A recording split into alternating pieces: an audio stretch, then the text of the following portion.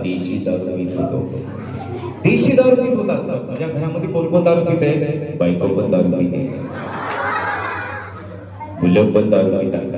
अरे बापरे, मित्रांनी तर दारू प्यायला शिकवलं. अरे बापरे, पण दारू पिल्याने नेमकं काय होतं? लिव्हर खराब होतं. लिव्हर खराब होतं, बरोबर आहे. गुटखा खाल्ल्याने काय होतं? दात किडतात. हा, आणि चॉकलेट खाल्ल्याने नेमकं काय होतं? चॉकलेट खाल्ल्याने पण दात किडतात. अरे अरे अरे